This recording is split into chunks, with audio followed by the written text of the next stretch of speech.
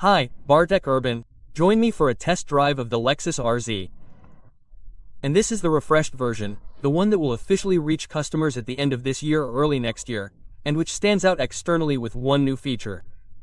You know what? I'll give you 3 seconds to think about it. 3D1. The change is a new shade of rims. Seriously? Apparently, the only change from the outside is a different shade of rims. Unless we're talking about trim and engine options, because the car I tested is the Ford 550e version, which wasn't available before. The Ford features slightly different bumpers, a spoiler on the tailgate, and an optional two-tone body, which I personally don't like. This paint scheme definitely draws attention, but somehow, that two-tone hood just doesn't work for me. But I remember Lexus already had such paint schemes, for example, on the RCF model. Fortunately, it's an option, and you can have a standard one-tone body, even on this 550C. And unfortunately, the air vents are always on the FS Sport version. So, let's talk dimensions. The RZ sits between the RX and NX, meaning the RZ is 4.80 centimeters long, 189 centimeters wide, and 163 centimeters high. The wheelbase is 2.85 centimeters. This means the RZ is 14 centimeters longer than the NX, but 8.5 centimeters shorter than the RXA. Luggage capacity is similar, as the RZ sits in the middle. The RX has 612 liters, the NX has 545 liters, and the RZ has 52 liters plus 58 liters of underfloor storage, for a total of 580 liters. I don't know why, but Lexus lists these separately, so we have both. But either way, it's a nice result. There's also another side storage compartment in the trunk, which houses, among other things, a hidden towing eye. There's also a 230-volt power socket, 3 hooks for shopping, and tie-down straps. There's also a flexible cargo shelf that folds down and is easy to store. Oh, the weight savings. The trunk can also be expanded by folding down the rear seats, which can be done from the cabin. Once folded, the floor isn't perfectly flat. It's close, but it's not flat. Unfortunately, the RZ doesn't have a second trunk in the front. That's a shame. So, we hop in the back. As you can see, there's plenty of legroom and plenty of headroom, and I'm 186 centimeters tall. What could be improved is the lack of a reclining rear seat. That would make it even more comfortable. And, as you can see, my legs are quite high above the seat, and above my head, I have a photochromic sunroof that can be dimmed with a single click, and it works really well. I conducted my test in Portugal, near Faro, where temperatures reached 39 degrees Celsius, and the cabin didn't get too hot. The only downside is that it's sometimes useful to completely darken the sunroof, for example, if you want a darker cabin. Unfortunately, with this sunroof, that's impossible. Furthermore, the cabin has an armrest with drink holders, and unfortunately, there's no access to the trunk. There are also air vents, ports, heated seats, a flat floor, and newspaper racks.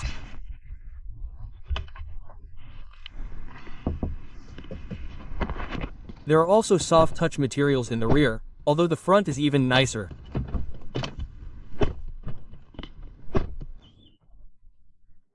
And here you can also see the strange steering wheel, which I'll talk about in a moment. Now, just a quick glance at the driving position, which is quite high. I mean, I sat as low as possible, and I had very little headroom. It didn't bother me much while driving, and the seat is very comfortable and has heating and ventilation, which is very appreciated in this weather. Everything is electric, of course, including the steering wheel. Yes, the steering wheel. I tested the RZ over 2 years ago, and back then, this steering wheel was already there, but it wasn't officially approved for road use yet. It wasn't homologate. I also said back then that the steering wheel wouldn't be available until 2025 because it needed improvements, and those improvements have just been made. Axis has received homologation in Europe and can drive with this steering wheel. Is it the first manufacturer in Europe with this type of steering wheel? I think so, although NIO has also apparently homologated such a steering wheel, so it might be close. In any case, the steering wheel in a Lexus isn't just a yoke, it's also entirely steer-by-wire, meaning there's no physical connection to the wheels. Yes, it works the same way as in airplanes, for example, via electronics. And once upon a time, Infiniti, among others, had steer-by-wire, but in the event of a failure, a physical connection was in place that could be quickly activated. In the Lexus, in the event of a failure, the entire steer-by-wire system is duplicated, meaning each element has its own reserve and full redundancy is maintained, which was a requirement for homologation. Incidentally, because this system is duplicated, the entire system supposedly weighs 11 kilograms more than a standard steering system. That's what was reported before the facelift, so it's probably similar now. although the steering wheel has been improved. Firstly, it has a slightly different shape, which forces you to hold it correctly, as the old one tended to have your hands on top. Secondly, the steering wheel's range of motion has increased slightly. It used to be 150 degrees, but now it's 200. This made for a less hectic drive, but more on that later. I'll just say that the 550e version I tested always has a steering wheel, while the slightly less powerful 500 will have one as an option. Unfortunately, I don't know how much this option will cost, but I have a feeling it's a lot. Price lists are expected in a few months, but aside from the steering wheel, both interiors, with and without the steering wheel, are the same. Interestingly, the 550e will be available for other markets with a standard steering wheel, but I think that's only outside of Europe. What I don't like about the RZ is, firstly, the control of the digital clocks and head-up display using the touch-sensitive buttons on the steering wheel. Both the steering wheel and the steering wheel are the same. There are buttons with different functions that only appear on the screen. They're also quite sensitive, requiring you to swipe to do anything. I had trouble activating cruise control, for example. It should have been more thought out. Besides, there are also paddles behind the steering wheel, used for recuperation and virtual gear changes.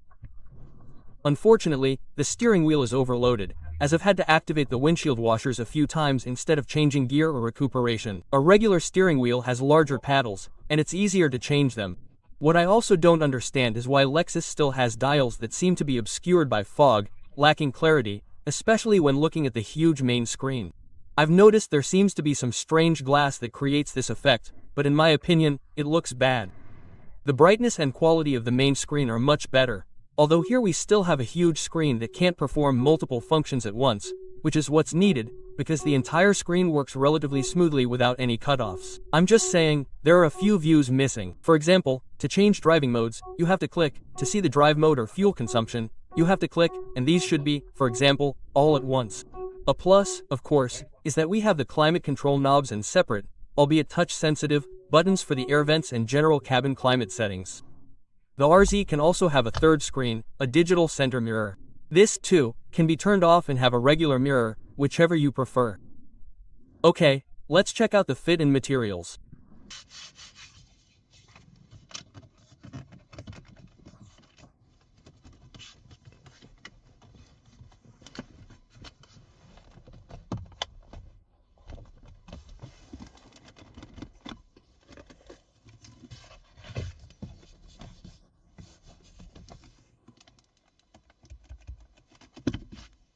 It's not bad. In fact, only the visor creaks slightly. The rest is well fitted. The only downside is the piano black trim around the gear shift. The material is flimsy. Okay, then there are the storage compartments and ports, and we're looking under the hood. Notice that there are 3 USB ports in the front, which is quite unusual. It's also unusual that there's no storage compartment in front of the passenger's feet, as this car has seat heaters.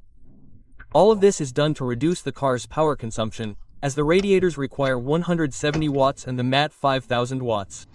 But then there's no glove compartment. There's no glove compartment under the hood either. Those are the engine and drivetrain components. The Lexus RZ is an all-electric car, and after the refresh, it will be available in 3 versions, 350, 500, and 550.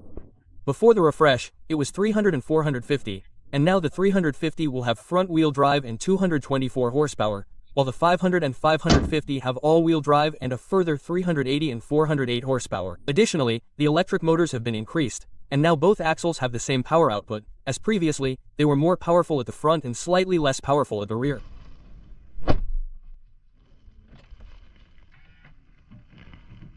As I said, I also took the most powerful version for the test, the 550e, which should reach 100 km per hour in 4.4 seconds. Time to find out.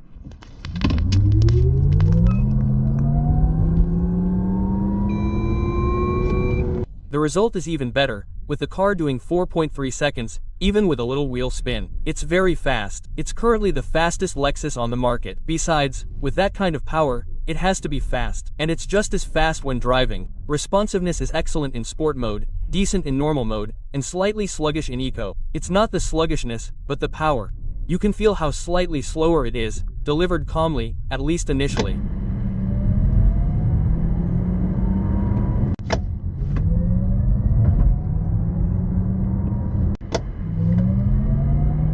But but I also measured 0 to 100 kilometers per hour in the slowest mode, with traction control, and then the result was 4.5 seconds, which is essentially the same.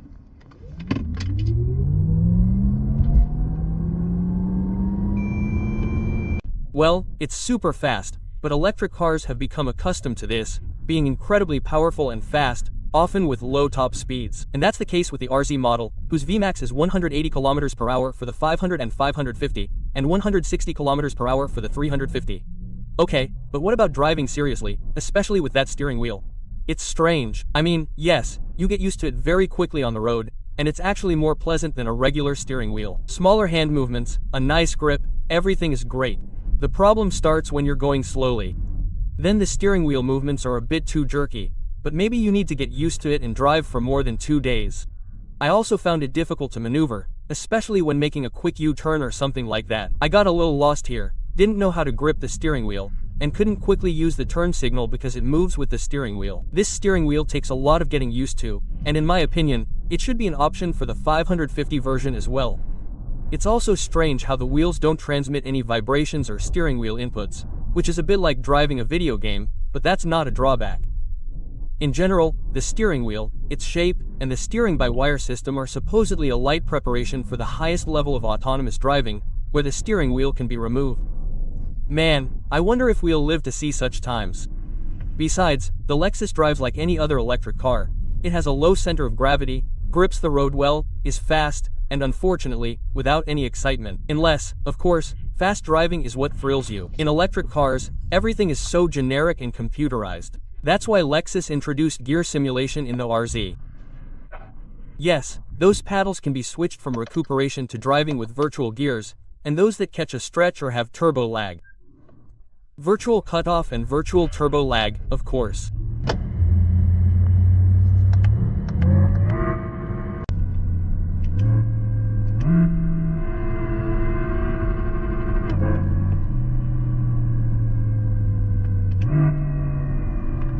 Oh, those days.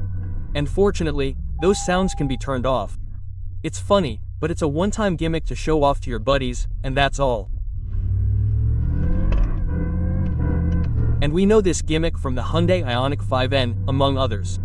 It's just a shame you can't brake with the gears, then it would be even more interesting. The Lexus RZ also has 8 virtual gears. Another new feature in the refresh, the RZ has a slightly larger battery, now with 77 kilowatt-hours, increased charging capacity, and, among other things, the ability to preheat the battery. Interestingly, the preheating didn't work at all before, but now the car does the same thing when you enter a charger destination in the navigation system, or you can click it from the menu, meaning you can force preheating yourself. There's also a shortcut to turn off the ESA on this screen. It's tiny, but it's quite detailed. Unfortunately, I can't tell you the exact fuel consumption or energy loss for the RZ, because the conditions in Portugal were truly challenging. Not only was it excruciatingly hot, but the terrain was quite mountainous, and the speed limits were lower than in Poland. I'll give you the results I got, and when I drove in the mountains, for example, 20 kilometers uphill and then 20 kilometers downhill, I got 15 to 16 kilowatt-hours with 2 people on board and 2 bags. Driving on relatively normal roads at 9,070 kilometers per hour, I got around 14 to 17 kilowatt-hours, but it was also a bit hilly here. When I get my hands on the RZ in Poland, I'll add the fuel consumption results in the comments or do a separate test to include them. After the refresh, the charging power was also slightly increased, from 150 kilowatts to 160 or 180 kilowatts, depending on the engine version.